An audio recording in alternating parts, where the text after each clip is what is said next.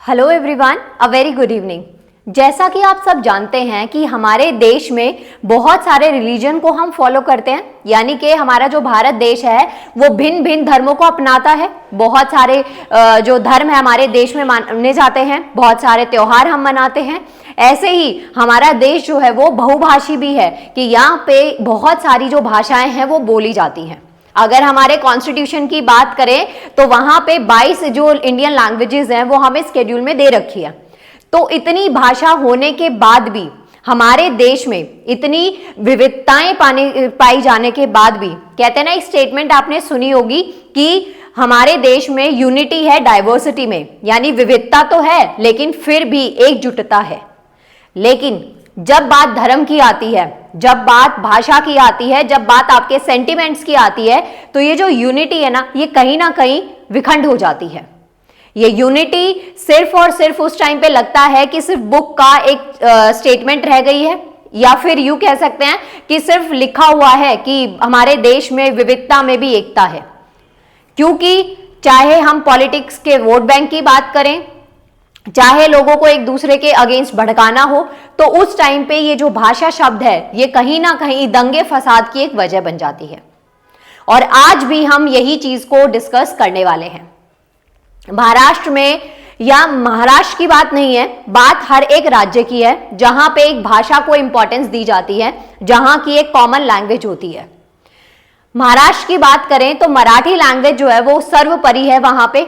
और इस वक्त जो मुद्दा सामने आया है वो ये है कि महाराष्ट्र में हिंदी भाषा में एक एग्जाम होने वाला था, लेकिन उस एग्जाम का इतना जमकर विरोध हुआ कि वो जो एग्जाम है वो कैंसिल करवाना पड़ा।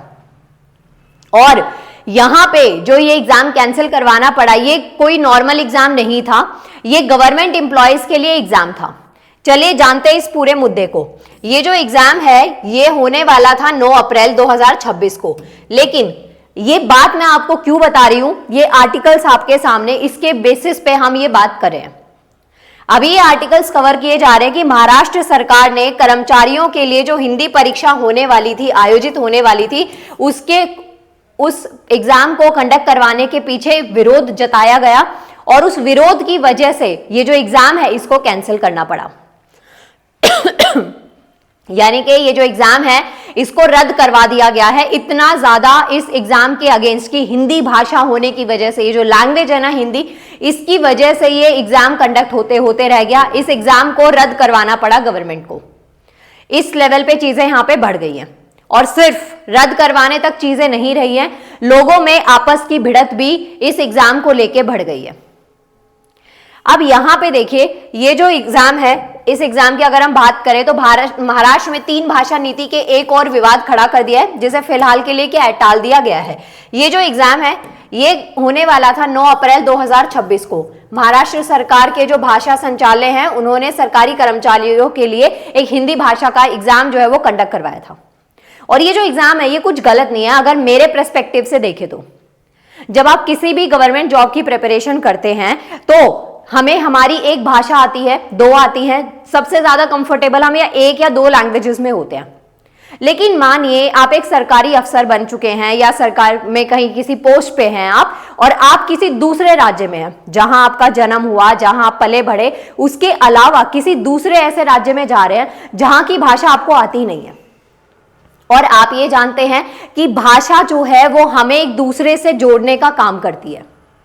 आप अगर कहीं पे भी दूसरे देश में भी जा रहे हैं, कहीं दूसरे राज्य में जा रहे हैं, वहां पे अगर आपको वो जगह घूमनी है तो सबसे इंपॉर्टेंट चीज ये है कि आपको वहां की भाषा आनी चाहिए।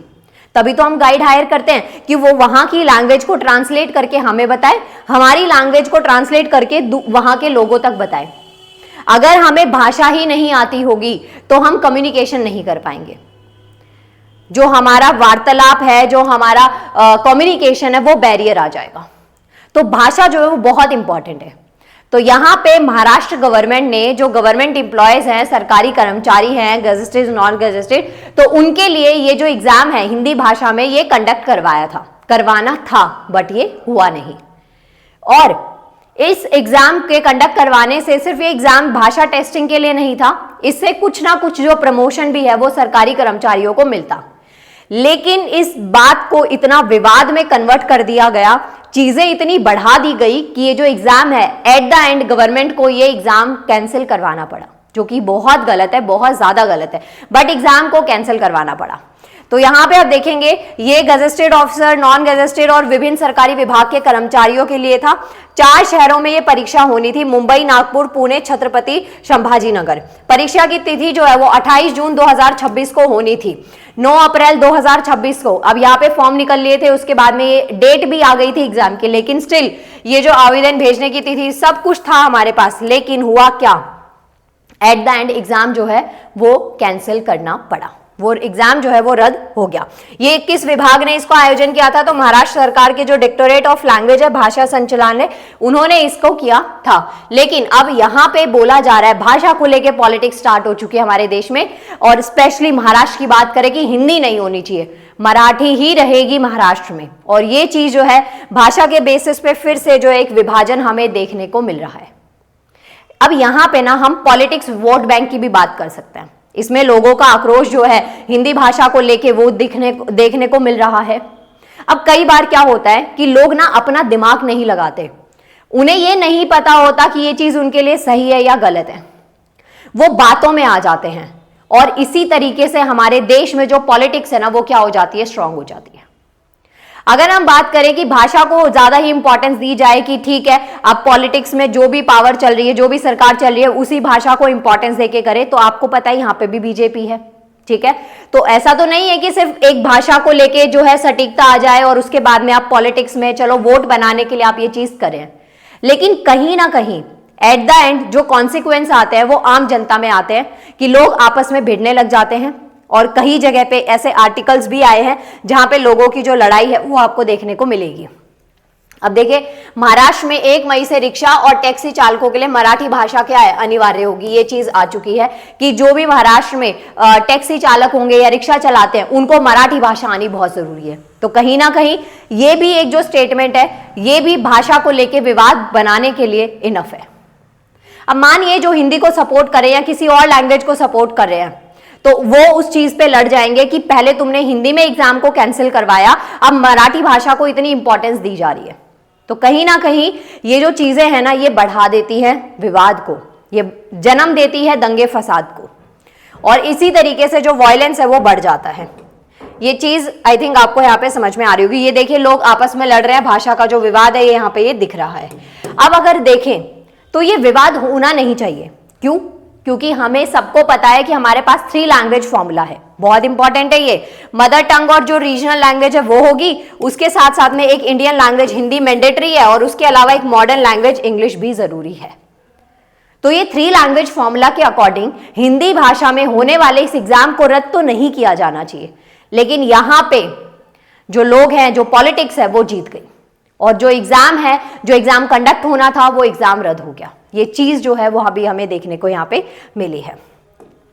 तो इस तरीके का जो मुद्दा है हमारे देश में, कहते हैं कि ठीक है हमारे देश में बहुत भाषाएं हैं, बहुभाषी हैं हम, बहुत सारे रिलीजन हैं, अलग अलग धर्मों को मनाते हैं, अलग अलग त्योहारों को मनाते हैं। नाउ द क्वेश्चन इज कि इतना सब होने के बाद भी, इतनी विविधता होने के बाद भी हम एकता में रहने का जो दिखावा कर रहे हैं या बोलते हैं, क्या उस बात में थोड़ी भी सच्चाई है?